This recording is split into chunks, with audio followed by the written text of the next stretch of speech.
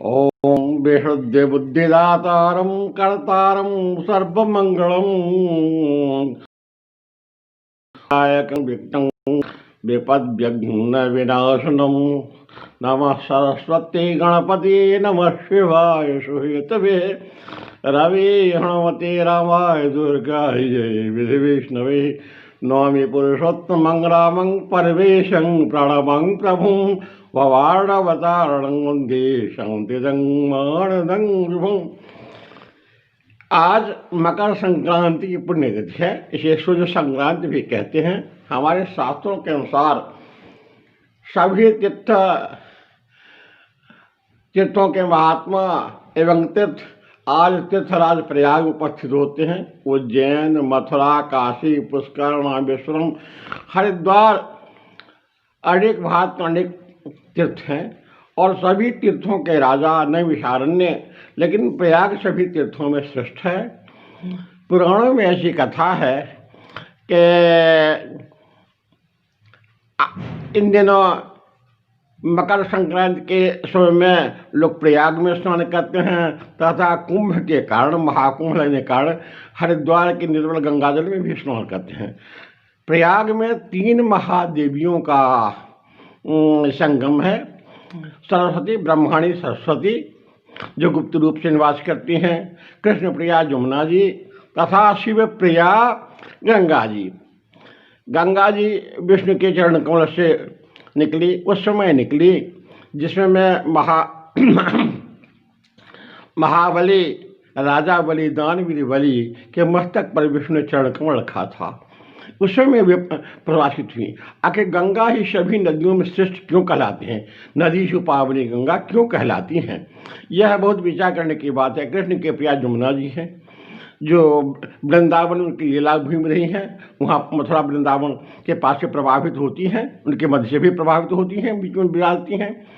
फिर सरयू नदी में भगवान श्री कृष्ण की लीलाएँ हुई। सरयू नदी में भी आप पाते हैं निर्मल जल है, पवित्र जल है, किंतु सरयू नदी जहाँ राम की जन्मभूमि अयोध्यापुरी है, पावनी अयोध्या साकेत धाम है, तो लीला धाम गोलोक धाम के पास ही जहाँ जमुना नदी प्रवाहित होते हैं। इन दोनों नदियों से भी श्रेष्ठतर ये गंगा नदी क्यों कहलाती है? आप सोचने की बात है, जो कि विष्णु के चरण कमल से उत्पन्न हुई। ऐसा क्या प्रभाव है? विष्णु देवों में श्रेष्ठ है तथा दानवीर है बलि, दानवीरों में, पुण्यवाणों में, बलवानों में श्रेष्ठतम है। ये महाराजा बलि वीरोचन के पुत्र, प्रहलाद के पुत्र हैं, हिरण्यकश्यप के प्रपौत्र हैं। राजा बलि अनंत दानवीर होने के साथ साथ महाबली भी थे। इसलिए विष्णु ने देखा कि बल से इन्हें पराजित नहीं किया जा सकता, तो छल से उन्हें हराने का, बुद्धि से उन्हें हराने का प्रयत्न किया और वामन रूप में उनसे 3 पग भूमि की उन्होंने मांग की और फिर विराट स्वरूप धारण किया। पर ऐसी स्थिति क्यों आई? क्योंकि इससे पहले सिंधु मथन हुआ था।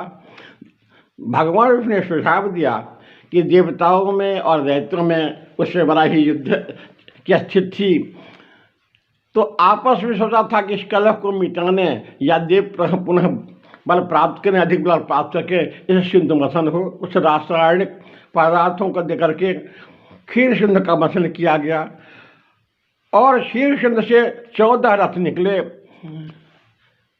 जिन रत्नों के नाम आप प्राय जानते होंगे या संक्षेप में जाने कि सबसे पहले विष, कालकूट, इसके बाद फिर कौस्तुभमणि, कामधेनु,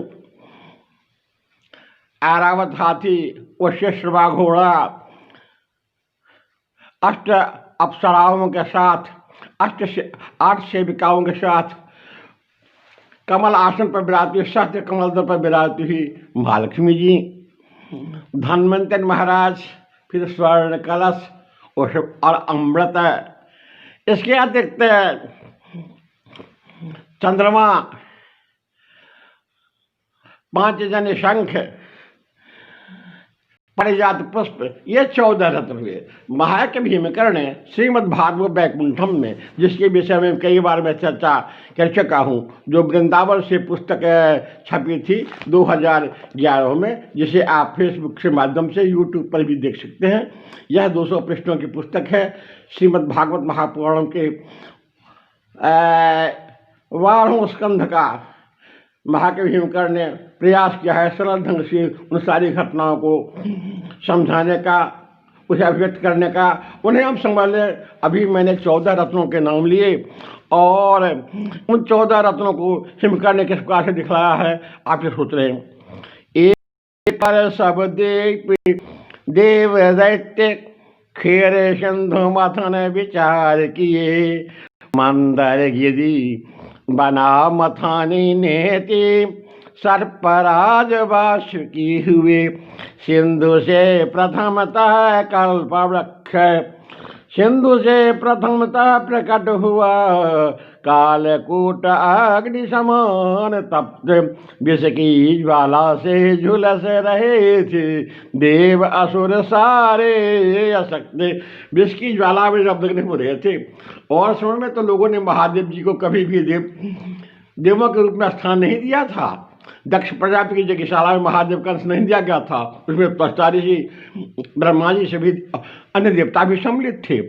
महादेव की इच्छा की गई कि वे नागों का हार पहनते हैं, श्मशान में रहते हैं, शवों का भस्म विलेपन करते हैं, लेकिन जब जरूरत आई तो सुर नर मुनि सब की जय रीति, स्वार्थ लागी करहीं सब प्रीति। तो उसमें लोगों ने महादेव जी को स्मरण किया। क्या कहा? देव देव महादेव भूतात्मन